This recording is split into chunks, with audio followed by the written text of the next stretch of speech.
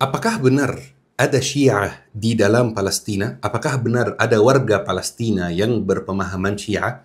Apakah Hamas sendiri itu Syiah? Kenapa Palestina dan Hamas itu terkesan sangat mesra dan sangat dekat? Apakah benar Syiah itu bebas beraktivitas dan ibadah di dalam Palestina? Teman-teman yang dirahmati oleh Allah Subhanahu wa taala, insyaallah kita akan menjawab semua pertanyaan ini. Tetapi kita akan bahas dari latar belakangnya dulu, supaya kita bisa disebut sebagai penuntut ilmu, bukan hanya sekedar tanya jawab. Supaya kalau topik ini dibahas di depan teman-teman, teman-teman bisa menjawab dengan percaya diri, bukan hanya menyampaikan berita atau kabar saja. Supaya kita bisa memahami hubungan antara Syiah dan Palestina, kita harus cek sejarahnya dulu, tepatnya sejak Nabi Muhammad SAW meninggal dunia. Iya teman-teman, dari dulu kita harus cek sejarahnya. Ketika ada kabar bahwa Nabi Muhammad SAW meninggal dunia, semua sahabat berkumpul di tempat namanya Saqifatu Bani Sa'idah. Dan terjadi pemilihan pertama di zaman Islam, atau bisa dikatakan TPU Saqifah Bani Sa'idah kalau dengan istilah kita. Hampir 99% dari para sahabat memilih satu orang untuk menjadi khalifah, yaitu Abu Bakar As-Siddiq, dipilih untuk menjadi pemimpin. Tetapi ada 1% teman-teman, ada jumlah yang sedikit dari sahabat yang berpendapat bahwa Abu Bakar As-Siddiq tidak berhak jadi khalifah. Yang berhak jadi khalifah adalah Ali bin Abi Thalib. Jumlahnya sangat sedikit teman-teman, dan konsep mereka atau pendapat mereka ini gugur setelah Sayyidina Ali bin Abi Thalib sendiri voting atau bayat kepada Abu Bakar As-Siddiq. Dari situ teman-teman, awal munculnya bibit aliran Syiah. Saya tidak mengatakan Syiah teman-teman, karena waktu itu orang yang berpendapat bahwa Ali harus jadi khalifah ini belum Syiah. Belum Syiah dengan kondisi yang sekarang, ya. Bibitnya Syiah teman-teman. Karena sebenarnya di dalam bahasa Arab, Syiah itu artinya kelompok. Yani kalau kita misalnya mengatakan Syiatu Ali, itu artinya kelompoknya Ali, grupnya Ali, alirannya Ali. Kalau kita mengatakan Syiatu Abu Bakar atau Syiatu Utsman, artinya grupnya Utsman, kelompoknya Utsman. Kalau teman-teman perhatikan, aliran Syiah ini teman-teman, atau Syiah Ali, kelompok yang berpendapat bahwa Ali berhak menjadi khalifah, itu awalnya muncul sebagai gerakan politik teman-teman, bukan akidah sama sekali. Murni soal politik,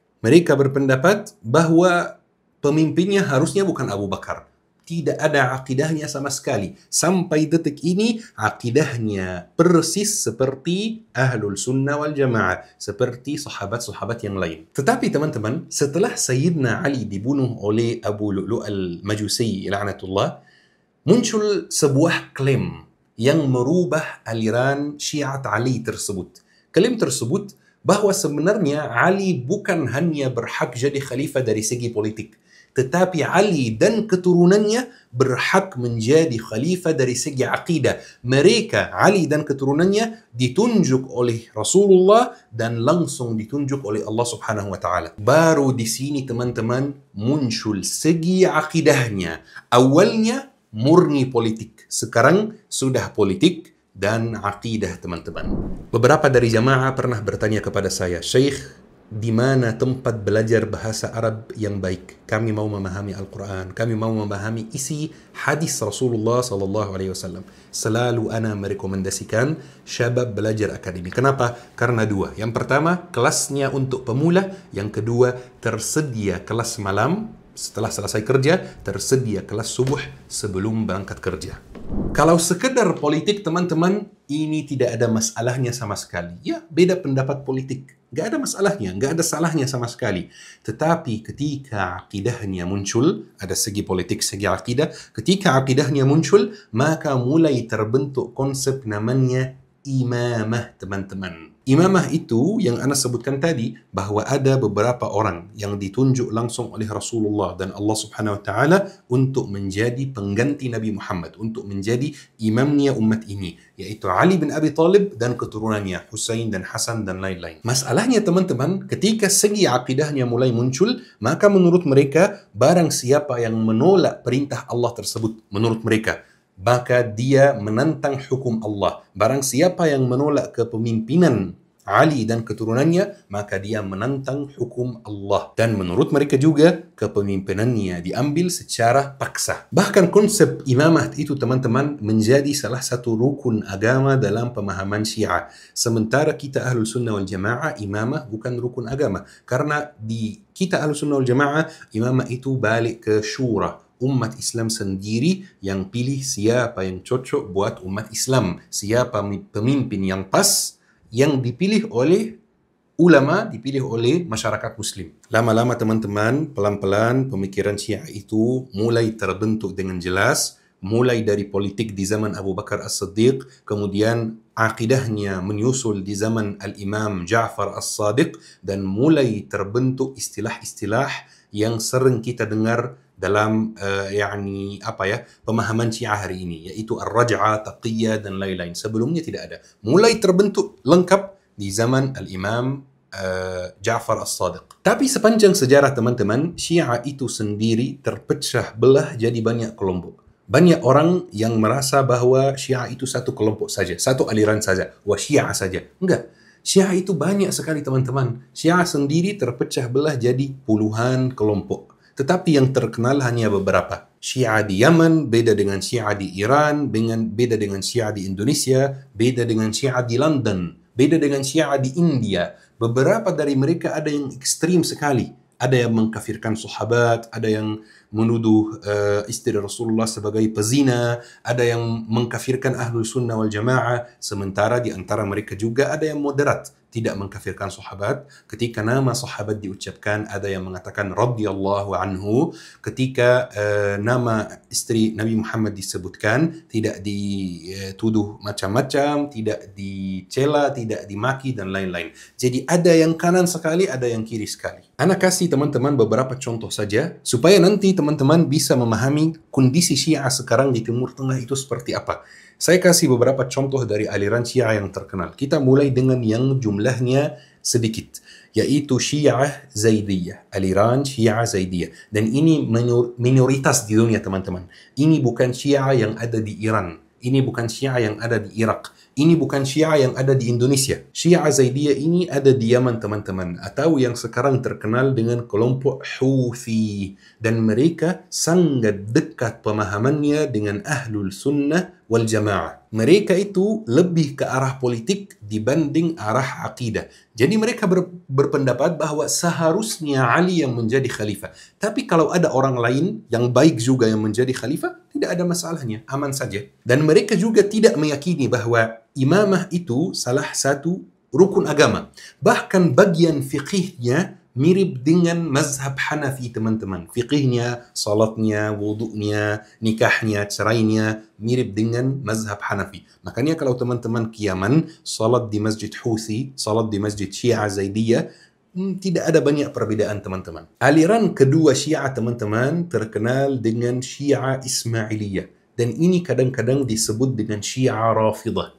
Ini teman-teman Syiah Rafidah. Syiah Ismailiyah ini teman-teman adalah kelompok Syiah yang paling ekstrim di dunia. Dan mereka juga minoritas. Syiah Ismailiyah, Syiah Rafidah ini bukan Syiah yang ada di Iran sekarang. Bukan Syiah yang ada di Irak sekarang. Bukan Syiah yang ada di Yaman. Bukan Syiah yang ada di Indonesia. Mereka percaya bahwa ada tafsir rahasia dari Al-Quran yang disebut dengan ajaran batiniyah. Ajaran batiniyah ini bahwa sederhana, saya jelaskan dengan sederhana, ada satu ayat.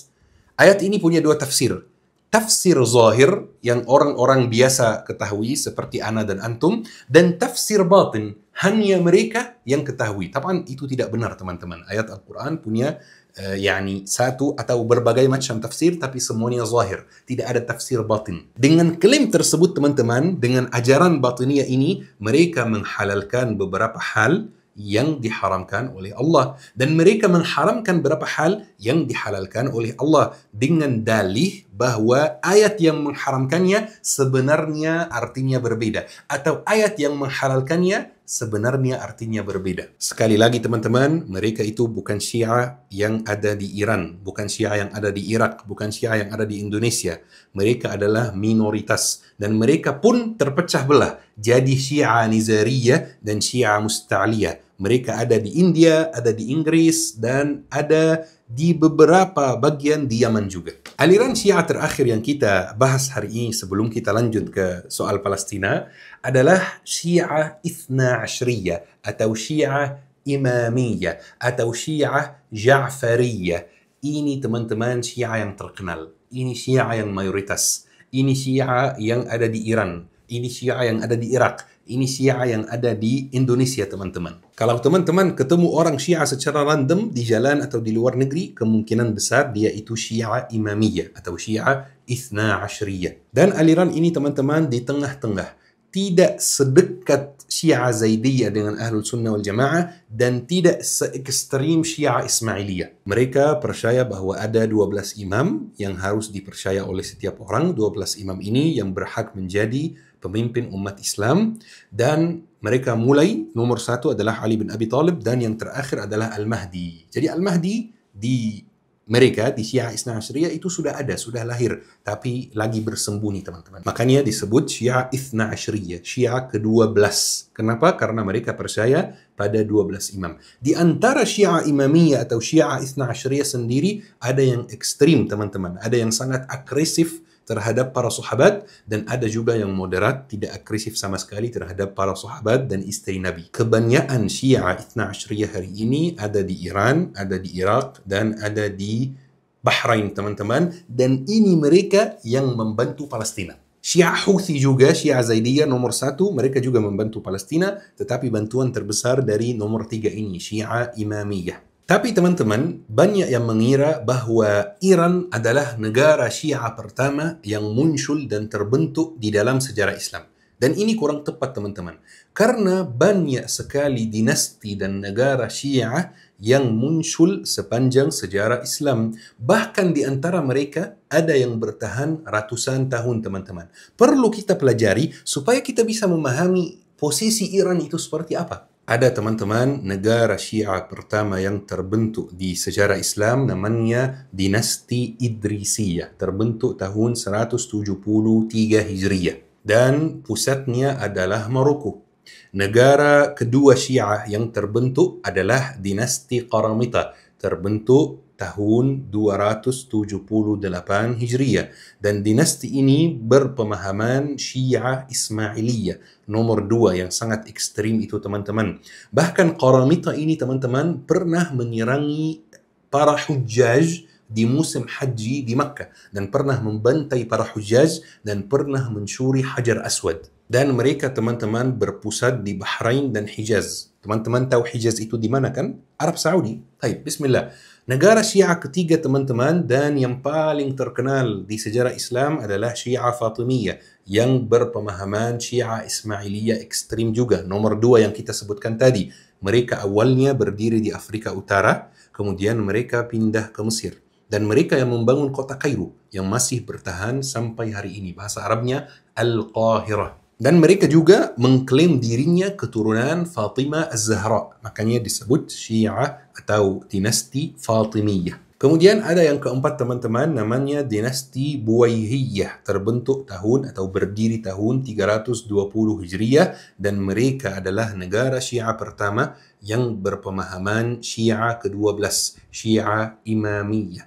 Mereka muncul di Iran Barat dan Irak. Dan mereka untuk waktu yang cukup lama, sekitar 113 tahun, mereka menguasai kepemimpinan di dinasti Abbasiyah. Ada juga, teman-teman, dinasti Hamadaniyah, nomor 5 ya. Berdiri tahun 317 Hijriyah dan mereka berpusat di Suriah. Ada juga, teman-teman, dinasti Zaidiyah di Yaman. Dan ini negara Syiah yang paling lama berdiri, teman-teman, sepanjang sejarah.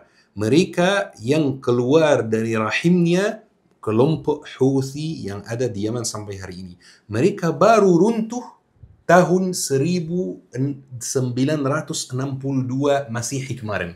Ada juga, teman-teman, dinasti Safawiyah yang berdiri tahun 907 Hijriyah. Dan ini dinasti yang bisa dikatakan mengubah mayoritas masyarakat Iran dan Irak menjadi Syiah, teman-teman. Dulu, sebelum Safawiyah, teman-teman, Iran dan Irak itu mayoritas Ahlul Sunnah wal Jamaah. Dan sebenarnya Safawiyah sendiri awal berdirinya masih bermazhab Ahlul Sunnah wal Jamaah. Tetapi salah satu raja Safawiyah memutuskan untuk mengubah mazhabnya ke mazhab Syiah ke-12 dan semua warganya ikut merubah mazhabnya.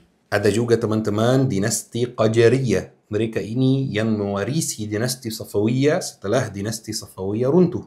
Ada juga teman-teman nomor 9 dan ini yang sangat dekat juga dengan zaman kita yaitu dinasti Bahlavi ya atau Bahlawiyah.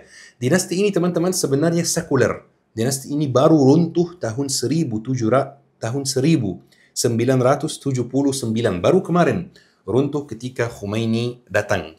Dinasti ini berpemahaman sekuler tetapi secara resmi di undang-undang mazhabnya adalah Syiah ke-12. Kemudian teman-teman, negara Syiah terakhir adalah Republik Islam Iran yang didirikan oleh Ayatullah Al-Khomeini di tahun 1979 kemarin dan mereka masih berdiri sampai hari ini. Teman-teman, kalau mau memahami ilmu agama, memahami Al-Quran, kuncinya adalah belajar bahasa Arab. InsyaAllah di Syabab Belajar Academy tersedia kelas bahasa Arab untuk pemula, untuk orang yang tidak tahu apa-apa tentang bahasa Arab. Ada kelas malam buat yang bekerja, ada kelas subuh sebelum berangkat kerja. Bismillah, daftarkan diri sekarang. Baik teman-teman, kita sekarang sudah mempelajari latar belakang Syiah di Timur Tengah. Dan ini waktunya kita menjawab, apakah ada Syiah di Palestina? Apakah Hamas itu Syiah? Secara umum teman-teman, Syiah di negara Arab itu jumlahnya sangat banyak di 3 negara. Negara yang pertama adalah Iran, negara yang kedua adalah Irak, negara yang ketiga adalah Bahrain. Ada juga beberapa negara di Timur Tengah yang jumlah Syiahnya sangat sedikit. Seperti siapa? Seperti Mesir, Palestina, Qatar, Maroko, Tunisia, Libya, Aljazair. Iya teman-teman, di Palestina termasuk salah satu negara Arab yang jumlah Syiahnya sangat sedikit teman-teman. Kalau teman-teman perhatikan satu hal, ana yakin sedikit yang memperhatikan hal ini, ketika ana tadi sebutkan negara-negara Arab yang jumlah Syiahnya sangat sedikit, ana tidak sebutkan Arab Saudi sama sekali. Karena teman-teman, jumlah Syiah di Arab Saudi sangat banyak. Sangat banyak teman-teman. Wallahi ana tahu bahwa informasi ini mungkin mengejutkan teman-teman. Tapi nggak apa-apa, anggap saya menyebarkan berita palsu saja. Teman-teman tinggal cek sendiri di internet dan tinggal lihat sendiri, tinggal verifikasi informasinya sendiri. Syiah di Arab Saudi merupakan 10-15% dari jumlah penduduk Arab Saudi. Jumlah penduduk Arab Saudi berapa? 30-an juta. Berarti jumlah Syiah di antaranya itu bisa sampai 4 juta lebih. Jumlah Syiah di Arab Saudi lebih besar dari jumlah Syiah di Mesir. Jumlah Syiah di Arab Saudi lebih besar dari jumlah Syiah di Palestina. Jumlah Syiah di Arab Saudi lebih besar dari semua negara Sunni lainnya. Syiah di Arab Saudi ada di daerah-daerah selatan, teman-teman. Makanya teman-teman mungkin jarang melihat orang Arab Saudi yang bermazhab Syiah. Karena biasanya kalau teman-teman ke Arab Saudi, biasanya untuk haji atau umrah. Dan haji atau umrah itu ke Makkah, Madinah, atau Jeddah. Ya, pasti lewat Jeddah kalau pesawatnya ke Jeddah. Dan Syiah di Arab Saudi biasanya nggak ada di 3 kota ini. Biasanya adanya di Najran, di selatan Arab Saudi. Di Najran teman-teman, kalau antum ke sana, antum akan merasa bahwa ini bukan Arab Saudi lagi. Ini adalah Iran. Kenapa? Karena musalla Syiah yang namanya Husainiyah ada di mana-mana secara terbuka. Dan orang-orang warga-warga Syiah di sana merayakan hari rayanya dengan sangat biasa dan diperbolehkan oleh pemerintah Arab Saudi. Bahkan teman-teman, putra mahkota Arab Saudi menyatakan secara langsung ketika dia diwawancarai oleh The Atlantic bahwa Syiah di Arab Saudi adalah warga biasa yang sangat di-welcome. Dan Arab Saudi tidak ada masalah dengan Syiah sama sekali. Perhatikan, Arab Saudi tidak ada masalah dengan Syiah. Bahkan teman-teman di Qatif, salah satu kota di selatan Arab Saudi juga, perayaan Ashura dirayakan secara terang-terangan di Arab Saudi yang penjaga tauhid katanya ya. Perayaan dijaga dan dipelihara dan diperbolehkan dan diberi izin oleh pemerintah sana. Biasanya teman-teman, ana tidak suka menyertakan banyak video, banyak statement dari pihak lain, tapi kali ini nanti insya Allah editor akan menambahkan video-video dari perayaan Ashura di dalam Arab Saudi di area Qatif. Di videonya muncul beberapa ulama Syiah yang asli Arab Saudi muncul musallah Syiah yang ada di jalan raya secara terang-terangan yang biasanya disebut Husainiyah. Bahkan perayaannya dilaksanakan di dalam jalan. Baik teman-teman, ayo sekarang kita bandingkan dengan Palestina. Sekarang teman-teman sudah memahami dengan baik latar belakang Syiah di Timur Tengah. Ayo kita bandingkan dengan Palestina.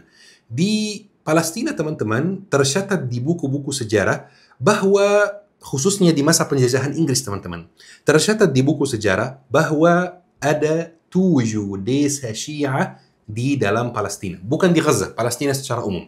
7 desa Syiah.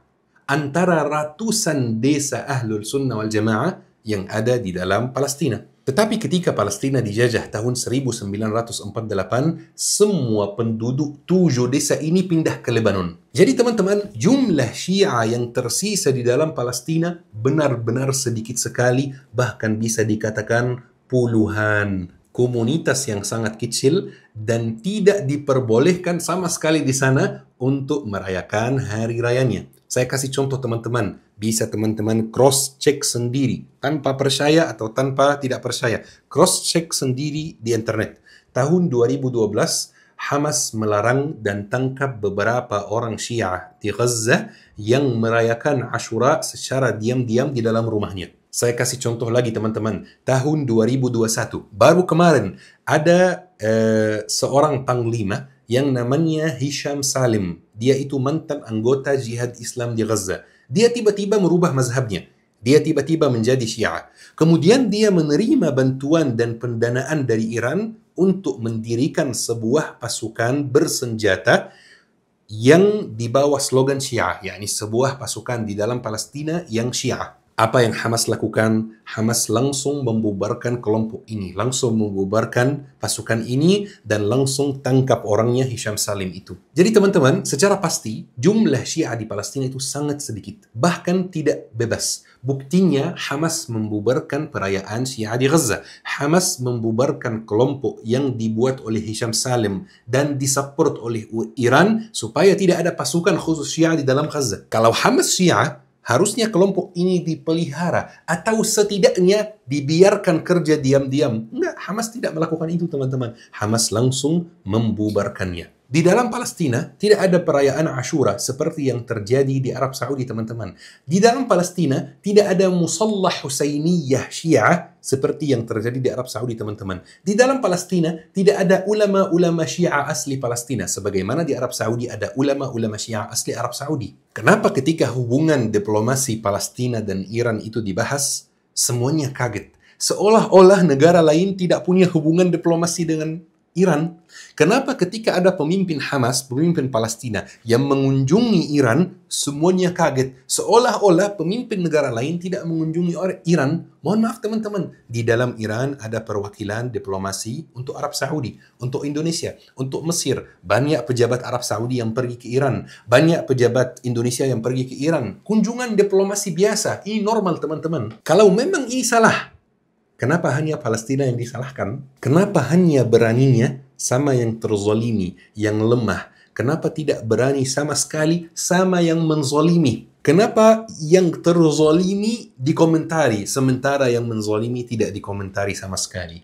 Afala ta'qilun? Teman-teman, memang Hamas menerima bantuan dari Iran. Hamas menerima bantuan dari Iran karena tidak ada negara lain yang menawarkan bantuan yang sama. Jangan menyalahkan Hamas, jangan menyalahkan Palestina, tapi salahkan saudaranya yang tidak menolongnya teman-teman. Teman-teman yang dirahmati oleh Allah Subhanahu wa taala. Langkah pertama untuk menang adalah kenal musuh kita dengan baik.